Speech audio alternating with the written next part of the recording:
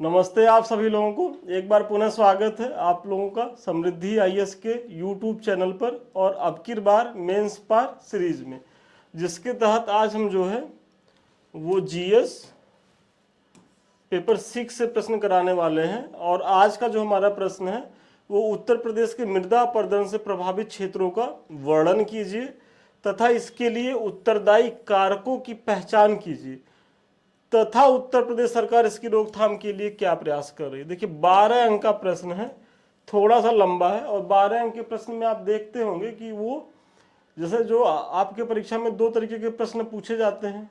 और ये door close करो ब्रिजेश। 2 तरीके के प्रश्न पूछे जाते हैं, एक 8 अंक के होते हैं और एक होता है जो है वो 12 अंक के। तो 8 अंक में जो है वो 125 शब्दों में लिखना होता है और जो 125 शब्दों में आप लिख रहे हैं तो उसमें बहुत ज़्यादा आपके पास ये स्कोप नहीं रहता है कि आप बहुत लंबी चौड़ी भूमिका लिखें या बहुत ज़्यादा निष्कर्ष लिखें। 12 अंक में थोड़ा सा आपको लिबर्टी रहती है, थोड़ा सा आप प्रयास कर सकते हैं, लेकिन थोड़ा सा ही। साथ ही साथ 8 अंक के प्रश्न की यदि आप प्रकृति को देखेंगे तो 8 अंक के प्रश्न में जो है वो बहुत डायमेंशन से आपके प्रश्न पूछे नहीं जाते, वो ज़्यादा से ज़्यादा 1 या मैक्सिमम 2, लेकिन 12 अंक में वो 2 तो एटलीस्ट पूछे ही जाते हैं और कभी कभी वो 3 हो जाते हैं। तो इसीलिए जब भी आप प्रश्न पत्र को पढ़िएगा तो बहुत ध्यान से, क्योंकि आंसर राइटिंग करने की पहली शर्त यही है कि आप प्रश्न को खूब ध्यान से पढ़ें, प्रश्न को डिकोड करने का प्रयास करें, प्रश्न को कितने डायमेंशंस को में पूछा गया ये जानने का प्रयास करें। जब ये सारी चीज़ें आप जान जाइए तब जो है वो उत्तर लेखन का काम जो है वो शुरू करें।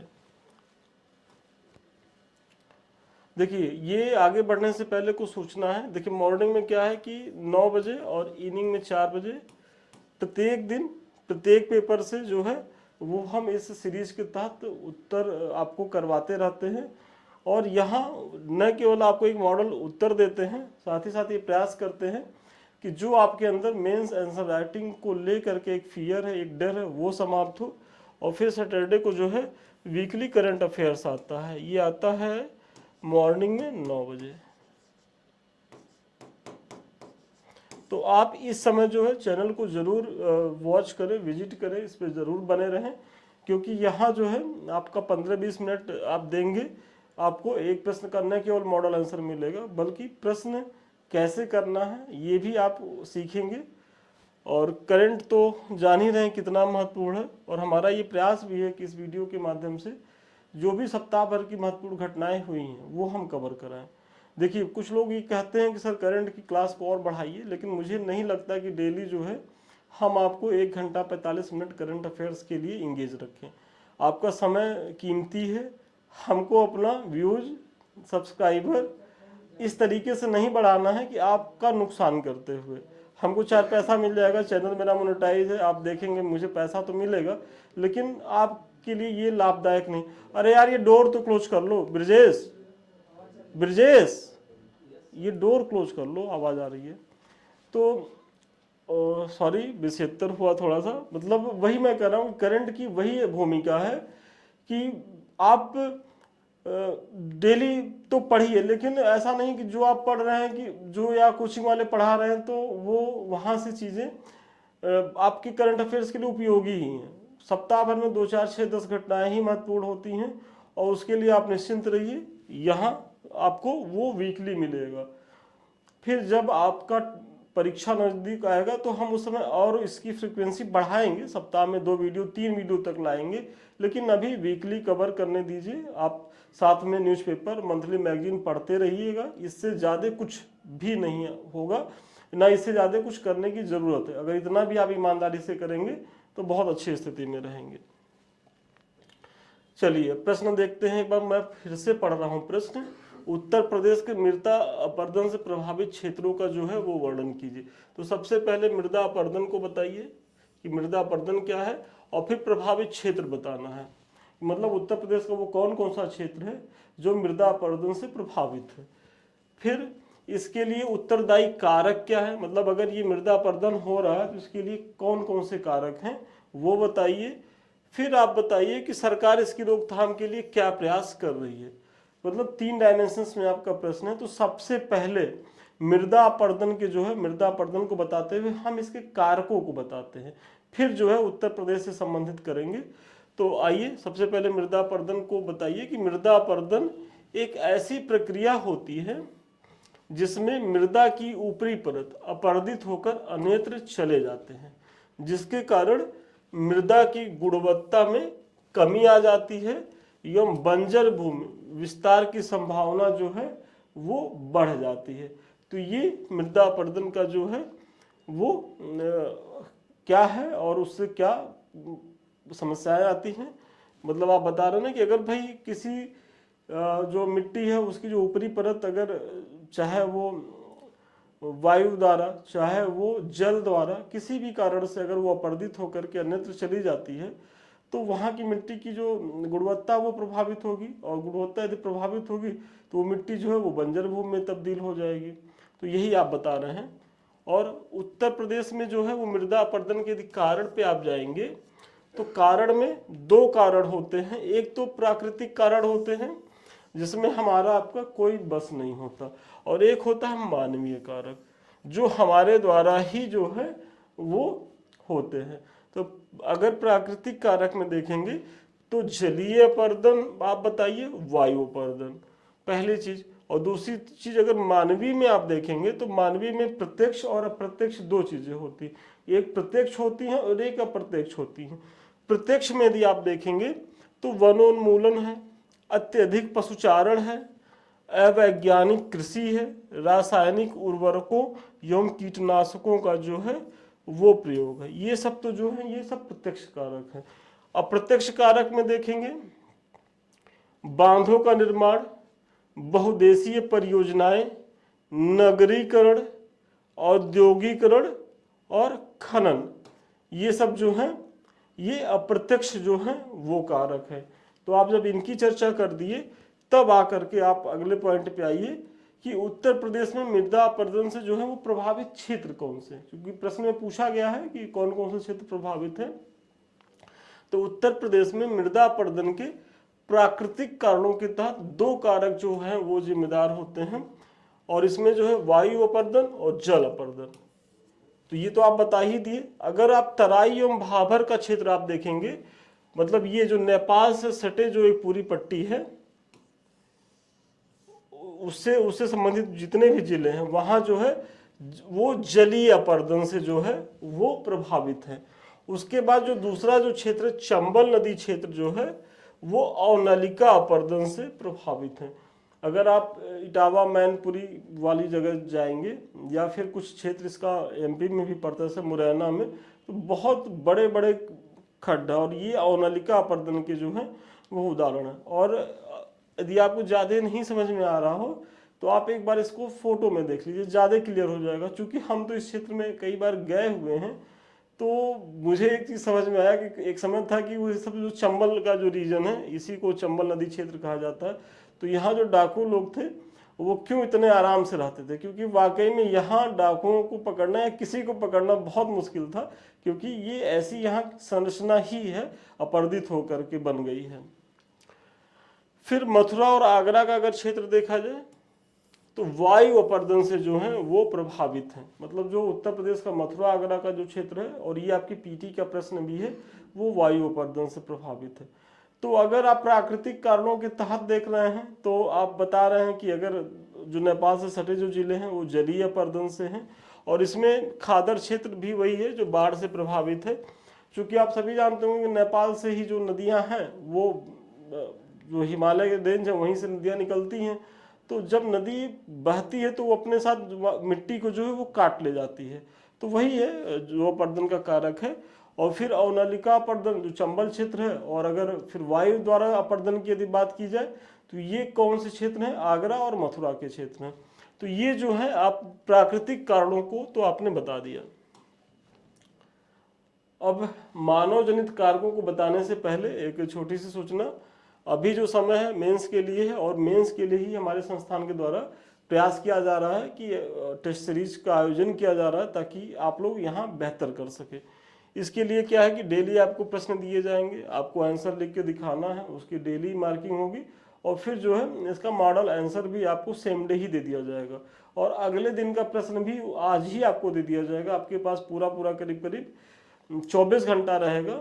24 घंटे में आप अपने प्रश्न को लिख करके दिखाइए, पुनः संस्थान के द्वारा उसकी मार्किंग की जाएगी, मॉडल आंसर दिया जाएगा, और ये प्रत्येक प्रश्न पत्र से प्रत्येक टॉपिक से करवाया जाएगा। तो अधिक जानकारी के लिए 7303307507 पर संपर्क करें।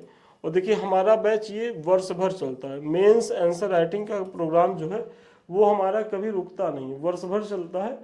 तो आप लोग इससे ज्वाइन करिए, इसका लाभ लीजिए। देखिए कुछ इस तरीके से आप पीडीएफ में अपने उत्तर को भेजेंगे, हमारे द्वारा मार्किंग की जाएगी, जो भी कमी रहेगी वो बताई जाएगी। अगर आपका आधा नंबर भी कटा है, क्यों कटा है और आप कैसे इम्प्रूव कर सकते हैं वो बताया जाएगा। जब उतना आप कर लेंगे उसके बाद जो है फिर इसी तरीके से हम मॉडल आंसर भी देंगे।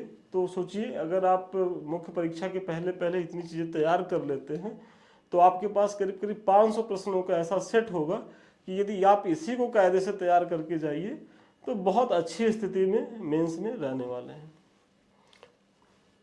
चलिए इसके अलावा मानवीय कारकों के तहत वनों की कटाई, अति पशुचारण और संरचना निर्माण कार्य, खनन कार्य एवं कृषि कार्यों द्वारा पूरा प्रदेश ही मृदा अपरदन की जो है वो समस्या से जूझ रहा है। देखिए जो प्राकृतिक कारण है जो आपने बताया, इटावा मथुरा का जो क्षेत्र है, आगरा का जो क्षेत्र है, चाहे वो औनलिका अपरदन से प्रभावित है चाहे वायु अपरदन से, या भाबर और तराई का जो क्षेत्र आपने बताया तो जलीय अपरदन से प्रभावित, वहाँ बहुत हद तक हमारे हाथ में कुछ नहीं है। लेकिन जो हम लोगों के द्वारा जो ज़्यादा हो रहा है तो उसमें सबसे पहला है वनों की कटाई, फिर अति पशुचारण और संरचना निर्माण कार्य, मतलब जो हम इंफ्रास्ट्रक्चर डेवलप कर रहे हैं तो उसमें भी जो है अंधाधुंध पेड़ों की कटाई कर रहे हैं, खुदाई कर रहे हैं, तो क्या है उससे जो है मिट्टी जो है वो अन्यत्र चली जा रही है और उसकी गुणवत्ता भी प्रभावित हो रही है। फिर खनन कार्य एवं कृषि कार्य के द्वारा पूरा प्रदेश ही जो है वो मृदा अपरदन की समस्या से जूझ रहा है। उत्तर प्रदेश सरकार द्वारा मृदा अपरदन को रोकने के लिए उठाए गए कदम, देखिए अब अभी तक आप लोगों ने जो है वो 8 अंक का काम कर लिया। मतलब आपके प्रश्न को 3 डायमेंशंस में पूछा गया था, 2 डायमेंशंस आपने बता दिए। अब तीसरे डायमेंशंस की तरफ आप बढ़ रहे हैं कि अगर मृदा अपरदन के कारक क्या हैं वो आपने बताया, मृदा अपरदन कहाँ कहाँ प्रभावित है मृदा अपरदन से उत्तर प्रदेश, तो वो आपने बता दिया। फिर जो है अब उत्तर प्रदेश सरकार इन्हें रोकने के लिए क्या प्रयास कर रही है, तो सबसे पहले मृदा अपरदित क्षेत्रों का जो है वो मानचित्रण करना। तो सबसे पहला प्रयास तो यही होगा कि भाई अगर आज हम जान रहे हैं कि हमारा जो तराई बेल्ट है या मथुरा आगरा का जो बेल्ट है वो मृदा अपरदित है, प्रभावित है, इटावा मैनपुरी का क्षेत्र, तो कैसे हम जान रहे हैं, कहीं ना कहीं हमारे पास रिकॉर्ड है मानचित्रण करके। तो इसी तरीके से जो मानवीय गतिविधियां हो रही हैं उसका भी मानचित्रण होना चाहिए, यदि खनन का काम हो रहा है तो किस लेवल पे हो रहा है और इससे कितना ज़्यादा जो है वो समस्या उत्पन्न हो रही है, तो एक रिकॉर्ड होना चाहिए। तो वही आप बताना कि सबसे पहले कि मृदा अपरदित क्षेत्रों का जो है वो मानचित्रण करिए, मतलब समस्या कहाँ कहाँ है आप उसको खोजिए पहले। फिर मृदा स्वास्थ्य कार्ड के द्वारा मिट्टी की जांच तथा सही उर्वरकों का प्रयोग। मानवीय कारकों में आपने देखा था ना कि उर्वरकों के अनावश्यक उपयोग से भी मृदा जो है वो प्रभावित होती है। तो वही यहाँ प्रयास किया जा रहा है कि जो मृदा स्वास्थ्य कार्ड है तो उसके द्वारा मिट्टी की जांच कराई जाए और उस मिट्टी के लिए जो फसल उपयोगी हो वैसे ही फसलों का जो है वो चयन किया जाए। मनरेगा के तहत वर्षा जल निकासी का जो है वो उचित प्रबंध किया जाए। मतलब आप सभी जानते होंगे कि जो मनरेगा है वो अकुशल श्रमिकों के लिए तो वरदान है, और इन श्रमिकों के माध्यम से भाई आप बहुत कुशलता पूर्वक काम के लिए तो ये दक्ष नहीं होते, लेकिन एटलीस्ट तालाब तो बना ही सकते हैं जिनसे भरपूर मात्रा में जो भी गांव क्षेत्र के आसपास जो भी बंजर भूमि है, जो आबादी नहीं है उस पर, तो वहाँ एक तालाब का निर्माण कराइए और तालाब के निर्माण के द्वारा जो है जल निकासी का जो है वो उचित प्रबंध कीजिए। फिर प्रदेश में हरित योजना के तहत बड़े पैमाने पर जो है वृक्षारोपण किया जाए, मतलब पौधों का भी जो है वो वृक्षारोपण करें, और इसके लिए तो सरकार जो है वो बहुत बेहतरीन प्रयास कर भी रही है। फिर सड़कों के किनारे हरित पट्टी मतलब ग्रीन मफलर का विकास। आप सभी जान रहे हो कि जो सड़कें होती हैं अगर उनके दोनों किनारों पे हरित पट्टी का विकास किया जाए तो कितनी ज़्यादा हरियाली हो जाएगी। और वर्तमान में तो कितने एक्सप्रेसवे निकल रहे हैं, और जब भी हम एक्सप्रेसवे पे यात्रा करते हैं तो ये देखते हैं कि इस चीज़ की बहुत कमी है। मतलब अगर एक्सप्रेसवे पे किसी गाड़ी खराब हो गई और एसी नहीं चल रहा है और गर्मी में, तो फिर उसकी तो मतलब अब क्या ही कहा जाए, क्योंकि एक पेड़ नहीं है कि उस कहीं जा करके वो थोड़ा उसको छांव महसूस हो। तो ये चीज़ की तो कमी है, और इसके लिए तो हम प्रयास कर रहे हैं कि हम क्या मतलब हमारी सरकार प्रयास कर रही है। और फिर कृषि वानिकी एवं सामाजिक वानिकी को जो है वो प्रोत्साहन देना, मतलब ये भी एक महत्वपूर्ण प्रयास है कि जो है वो मृदा अपरदन को जो है रोका जाए। क्योंकि आप सभी जानते होंगे कि जब पौधों की भरमार रहेगी, जब वृक्ष खूब रहेंगे तो वो जड़ को बांधे रहते हैं, और जब मिट्टी और वो इसी तरीके से जब बरसात होती है तो वर्षा की बूंदें डायरेक्ट जो है जमीन पे नहीं गिरती हैं, पौधों पे गिरती है, तो पौधों से छन छन के आती है, तो फिर मिट्टी कटती नहीं है। तो सोचिए वो तो ना केवल जड़ों को बांधे रखते हैं बल्कि जो वर्षा जल है उसको भी वो नियंत्रित करने का प्रयास करते हैं। तो कितने उपयोगी हैं। तो ये सारे प्रयास जो है वो होने चाहिए, और इसके लिए प्रदेश सरकार प्रयास भी कर रही है। फिर अगला है अमृत सरोवरों एवं वर्षा जल संग्रहण तकनीक को भी प्रदेश सरकार प्रोत्साहन दे रही है। मतलब ये अमृत सरोवर की स्थापना तो आप देख ही रहे हैं कि प्रत्येक जिले में इसके तहत जो है वो सरोवर मतलब तालाबों का निर्माण किया जा रहा है, और इसमें बहुत बेहतरीन काम भी हो रहा है। पुराने तालाबों को जीर्णोद्धार कराया जा रहा है और नए तालाबों का निर्माण कराया जा रहा है। तो इससे जो है जो गर्मी के समय में जो जल संकट उत्पन्न होता था उससे भी निजात मिल रही है, सिंचाई के साधन को का भी विकास हो रहा है, और सबसे बड़ी चीज जो है वो मृदा अपरदन में भी जो है ये उसको नियंत्रित करने में सहायक हो रहे हैं। तो ये सारे प्रयास बताते हुए आप छोटा सा निष्कर्ष दें कि इसके साथ ही राज्य सरकार मृदा अपरदन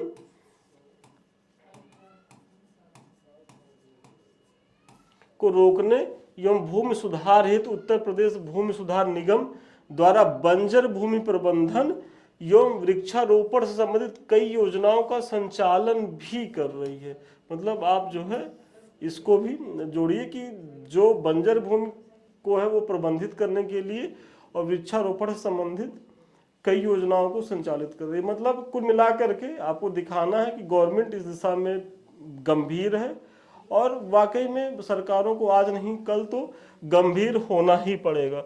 अगर नहीं गंभीर होंगे लोग तो फिर वो मानव जीवन के लिए संकट होगा। और आप देख रहे होंगे ग्लोबल वार्मिंग की जो समस्या उत्पन्न हो रही है, जैसे जैसे गर्मी देखिए एकदम बढ़ती जा रही है, वर्षा और ठंडक की जो मात्रा है वो कम होती जा रही है, तो समस्या तो आप देख ही रहे हैं। पिछले 2 वर्षों में एयर कंडीशन का कितना ज़्यादा जो है वो डिमांड बढ़ गया है, तो यही सब कारण है। तो इसका जो है बेहतरीन प्रयास है कि आप जो है वृक्ष लगाइए। देखिए ये कुछ लिंक्स हैं, आप लोग इसे जुड़िए, फॉलो करिए, क्योंकि बहुत सी जानकारियाँ आपको टाइम टू टाइम यहाँ निःशुल्क संस्थान के द्वारा दी जाती हैं, चाहे वो हमारा टेलीग्राम हो चाहे हमारे यूट्यूब के दोनों चैनल हो। यदि अभी तक आपने सब्सक्राइब नहीं किया तो इसे सब्सक्राइब करें, लाइक करें, शेयर करें। ये आप ही का चैनल है और इसे आप ही को आगे बढ़ाना है। और हमारे किसी भी बैच से जुड़ने के लिए आप 7303307507 पे जो है संपर्क करें, ऑफिस के लोग बेहतर बताएंगे। और यदि हमसे आप बात करना चाहते हो तो 9971719417 पे जो है आप बात कर सकते हैं। लेकिन इसकी टाइमिंग होगी शाम को 7:30 से 8 साढ़े 8 के बीच में, मतलब इतने समय में ही हम अवेलेबल रहेंगे। इससे अगर इधर उधर करेंगे तो फिर हम जवाब नहीं दे पाएंगे, क्योंकि तमाम व्यस्तताएं रहती हैं, हम लोग भी वर्किंग हैं, तो दिन में तो वैसे भी नहीं टाइम मिलता है। फिर शाम को थोड़ा सा आप लोग के कॉपी वॉपी को लेकर के चेक करने में लग जाता है। लेकिन फिर भी अगर आप मैसेज डालेंगे तो हम ज़रूर रिप्लाई देंगे। और दिन में तो आप अगर इस नंबर पे करेंगे तो ज़रूर बात होगी, हमसे भी आप बात कर सकते हैं। तो चलिए आज के लिए इतना ही, पुनः मिलते हैं नए क्लास में नए वीडियो के साथ। तब तक के लिए धन्यवाद, शुभकामनाएं आपको।